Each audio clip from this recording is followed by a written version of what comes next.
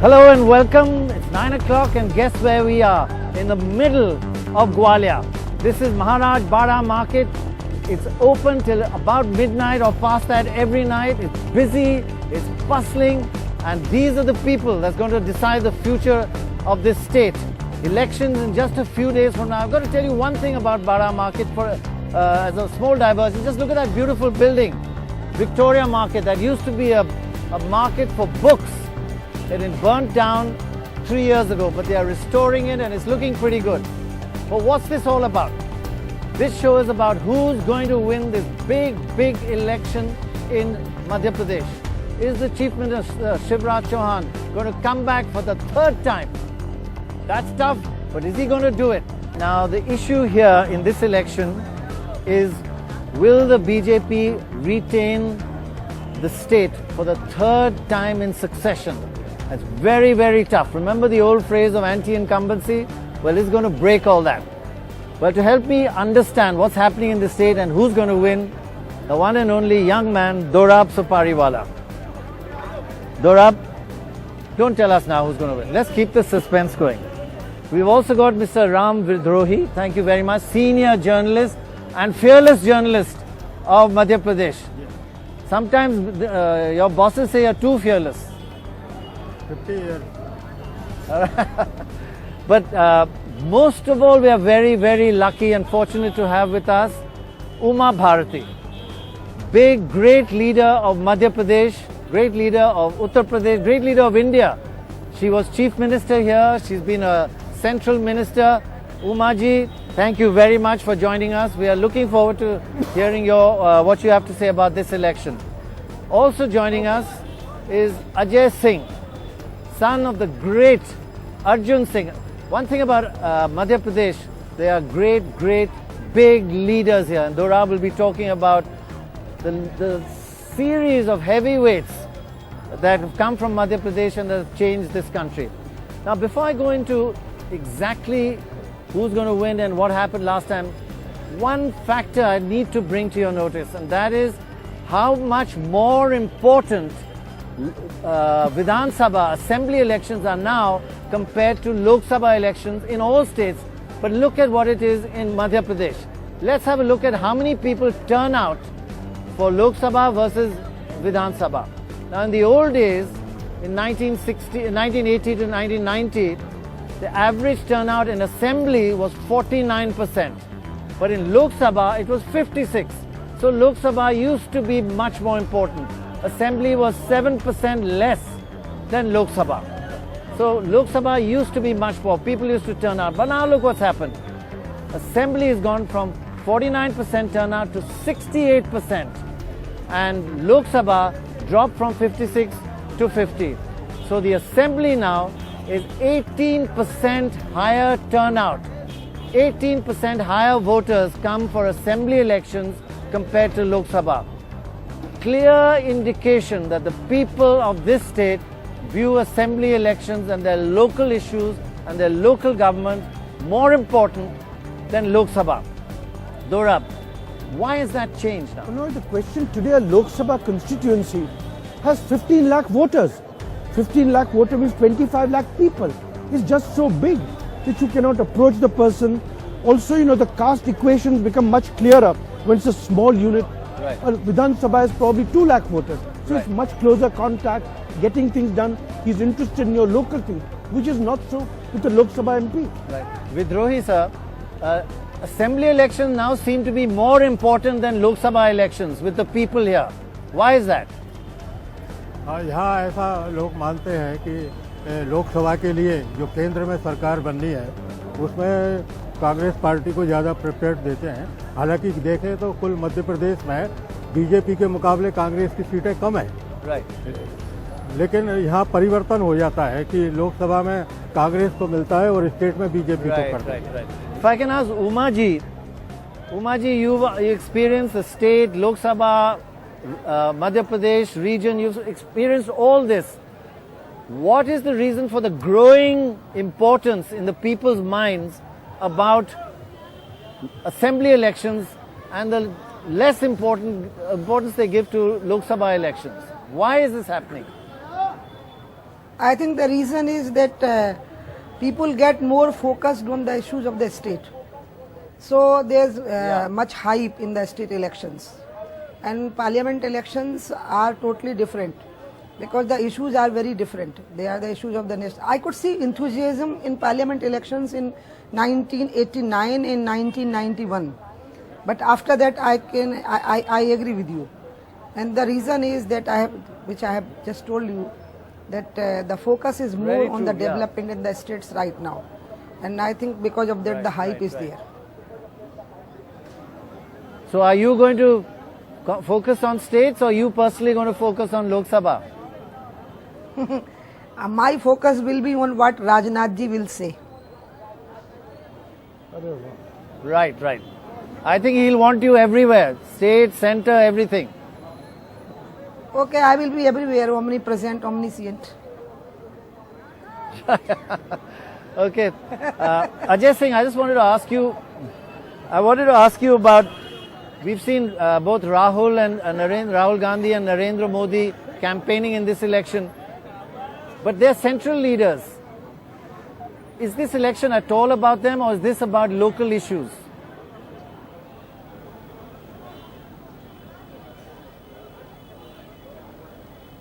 Oh God, you can't hear us. Ajay Singh, can you not hear me? Can you hear me, Ajay? No, I don't think he's getting me right now. Okay, we'll come back to him. We'll come back to Ajay Singh in a moment. But one other important change that's happening, you know, we all talk about anti-incumbency. Any government that's coming to power a second time or a third time finds it very difficult. Well, is it the end of anti-incumbency? Just look at certain facts and trends that have been happening over the last 50 years, 60 years of Indian elections. Let's have a look at, is it the end of anti-incumbency? The first phase, pro-incumbency, that was 1956 to 1976, 20 years when 90% of governments were voted back. Even if you were useless, you were voted back. That was the post-independence honeymoon period. Phase 2, which we all basically are still talking about, is the anti-incumbency phase. That's 25 years from the landmark elections of 1977 till 2002. 70% of governments were voted out. That's why it was called anti-incumbency. Whatever you did, you were thrown out. But look at the last 10 years. We call it the development vote. No longer anti or pro. 2003 to 2013, 50% of governments have been voted out and 50% of governments have been voted back in. So it's 50-50. The end of anti-incumbency. So Dorab, the anti-incumbency, now it's like the voter is saying, Kaam karo, vote lo. If you don't do your work, it's almost like a much more mature voter. I think that's the thing. It's a more mature voter. In the old days, I am a Congress voter, I am a BJP voter. Doesn't matter. But now, you know, people are assessing governments. I think more education, more media, more exposure. That all means that they are, you know, they are assessing things more carefully rather than just casting a vote the way they used to on just pro or anti. You're right. Yeah. Right. Uma ji, this whole change now, that used to be anti-incumbency, now it's 50-50. Those who develop the roads, the bijli, sadak, pani, and now education, if they deliver, they're voted back. If they don't deliver, they're voted out. So anti-incumbent voters much smarter now, much more intelligent. Here in Madhya Pradesh, the reason is because, as the surveys are saying, that the government is going to be repeated with more seats than before. The reason is that there are bad memories of the Congress government. The bad roads, no electricity, no facilities, and the memories are still haunting. So people don't want those things back. That is the reason here. So the anti-incumbency is not working at all. But Uma ji, the important thing is that the vote will actually, the voters, if the government has not delivered on roads, on education, on bijli sadak, pani, if they haven't delivered, they'll be voted out. So this vote is a test of whether this government has delivered, right? I think even NDTV has done some survey in Madhya Pradesh, and even you predicted our seats more than 50. I think more than 40, 140 No, seats. we've not done. So I think we have delivered. But you shouldn't take opinion polls too seriously. But I could see the similarity between all the opinion polls. There was a similarity in all the Right, opinion that's polls. a fact. That is so a then fact. we can yeah. take it seriously. But actually, just for the record, NDTV has not done a poll for these assemblies. We are going to do major polls for the Lok Sabha, the biggest polls, most scientific polls ever. But for the assembly, we have not done for Madhya Pradesh. But that's just for the record. Ajay Singh, Okay, I'm sorry. you're of course, you were hoping for anti-incumbency, third time, and this government will be voted out. But that anti-incumbency era is over, blind anti-government. It's now 50-50. I don't think it's only an anti-incumbency factor. The present government basically is a lot of hype and less governance. That's a major issue. You can highlight all your achievements while in power, but when you hit the campaign trail, you find what the exact situation on the ground is. I don't know what opinion polls Umaji is talking about, but on the ground, there's a clear undercurrent against the BJP. Well, we've traveled around the state quite a lot, and it's not clear how much the undercurrent is, but I guess that's what you're hoping for. But let's just have a look at It's the not a question. foundation. It's not a question of hope. It's not a question go of ahead, hoping yeah. for. It's not a question of hoping Right. for. You're confident. Whatever little, I'm very confident. Whatever little I can feel, and it's not that I'm a greenhorn. I've seen the state and witnessed changes in government. This time they have not been able to read Right. the signal on the ground. Right. Okay, let's just have a look at what we're talking about on the ground. What's the foundation for this election? What happened last time? Here's what the results were like in the last election. This is the 2008 assembly elections. Look something like this. Here we are. There were, of course, there are 230 seats, halfway is 115. The BJP got 143 and the Congress 71.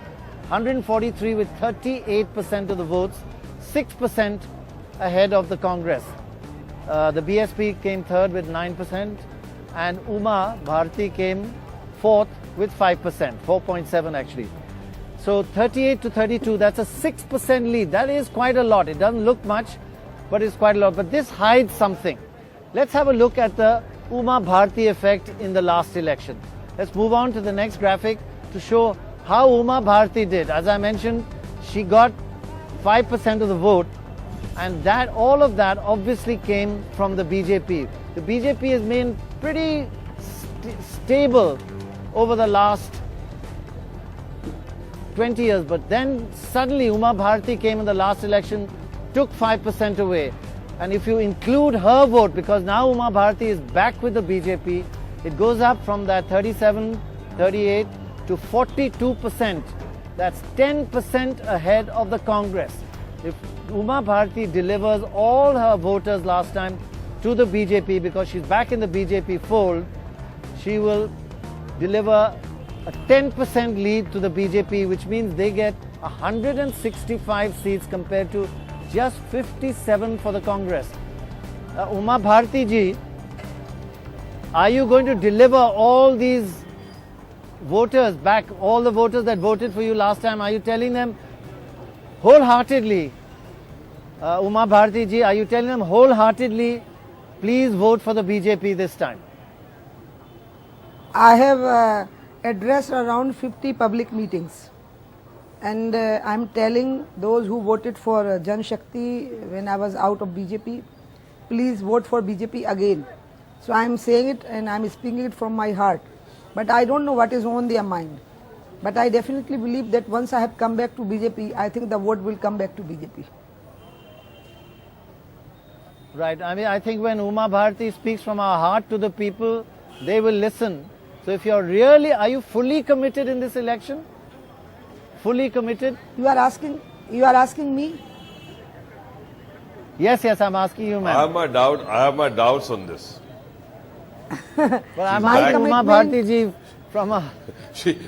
Yes. She's back in body but not My in soul. commitment is to the nation, my commitment is to the ideology.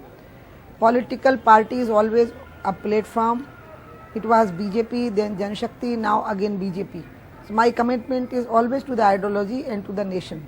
And political party is a platform. So right now my commitment is 100% to BJP.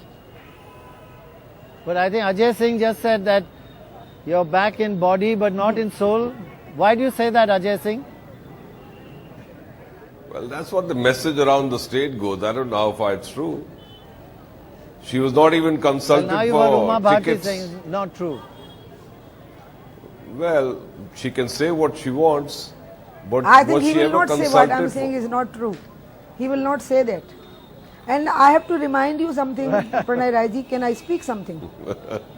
Yeah, please go ahead. What I want to say, I never quit BJP. I never left BJP. It is BJP who threw me out. See, there, the Okay, ranker fine. is still there. But you're back now, heart and soul.